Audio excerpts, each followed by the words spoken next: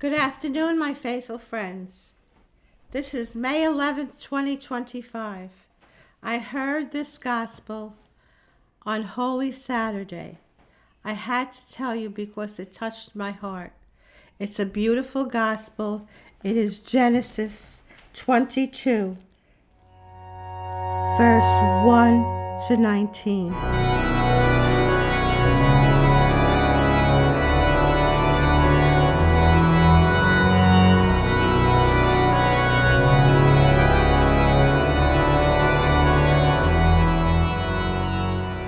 Some time afterward, God put Abraham to the test and said to him, "Abraham."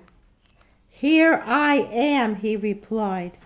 Then God said, "Take your son Isaac, your only one whom you love, and go to the land of Moriah. Then offer him up as a burnt offering on one of the heights that I will point out to you."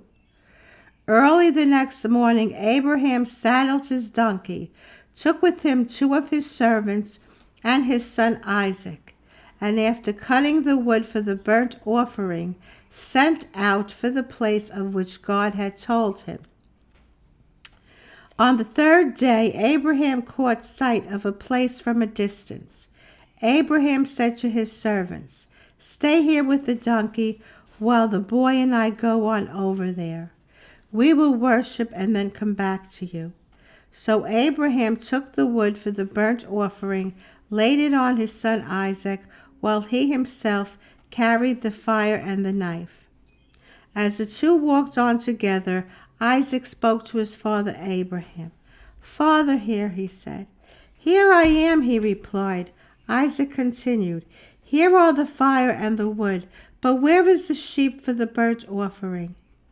"My son," Abraham answered, "God will provide the sheep for the burnt offering." Then the two walk on together.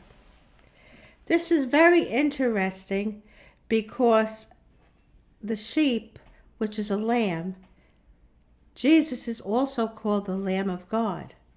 And Jesus was also the offering that God has made to the people. It's very, very interesting, this gospel. When they came to the place of which God had told him, Abraham built an altar there and arranged the wood on it. Next he bound his son Isaac and put him on top of the wood on the altar. Then Abraham reached out and took the knife to slaughter his son. But the angel of the Lord called to him from heaven, "Abraham, Abraham." "Here I am," he answered. "Do not lay your hand on the boy," said the angel. "Do not do the least thing to him, for now I know that you fear God, since you did not withhold from me your son, your only one." Did God withhold his son, his only one, Jesus Christ, from us? No, he didn't. If you look at it, it could be an exact reference to Jesus Christ, although Jesus was nailed to the cross and died for us. Abraham looked up and saw a single ram caught up by the horns in the thicket. So Abraham went and took the ram and offered it up as a burnt offering in place of his son. Abraham named that place Yahweh Yireh. Hence people today say, "On the mountain the Lord will provide." A second time the angel of the Lord called to Abraham from heaven and said, "I swear by my very self, oracle of the Lord, that because you acted as you did in not withholding from me your son, your only one."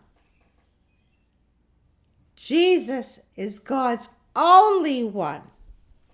"I will bless you and make your descendants as countless as the stars of the sky and the sands of the seashore. Your descendants will take possession of the gates of their enemies, and in your descendants all the nations of the earth will find blessing. because you obeyed my command. Abraham then returned to his servants, and they set out together for Beersheba, where Abraham lived. Abraham listened to God. Abraham was willing to make Isaac a sacrifice. But at the end, God said, "Don't touch the boy." But God did not withhold his only son from us, which was Jesus Christ. It's very, very, very interesting how this gospel touched my heart on Holy Saturday. There will be, and by the way, I didn't say that this is the Old Testament. This is not the New Testament. This is the Old Testament. The Old Testament Genesis, the beginning of time. This is a beautiful, beautiful gospel. Abraham, because that he listened to God, his descendants will be as many as the stars in the sky. That's what we have to do. We have to listen to God, and everything will come to us. Just like Job, which I will be reading again to my faithful friends. I will be reading to you and telling you that Job, in the beginning of the Gospel of Job, lost everything. He lost everything. His lands, his animals, his children, everything. But not one time did he go against God. So at the very end of Job gets everything back, because he listened to God. This is what we have to do in today's times. If you enjoy this gospel touched my heart. There are other ones too in the Old Testament that I will go into. If you like them, please subscribe and let me know what you think. Thank you.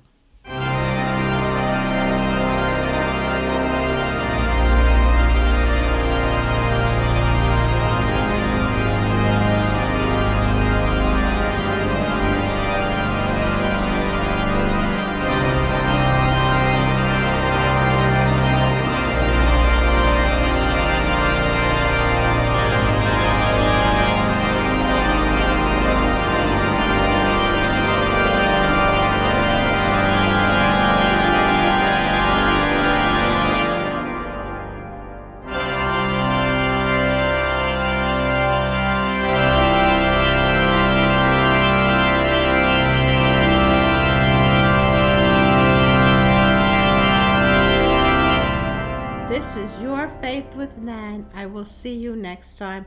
I hope you enjoyed everything. Thank you. Did you like that?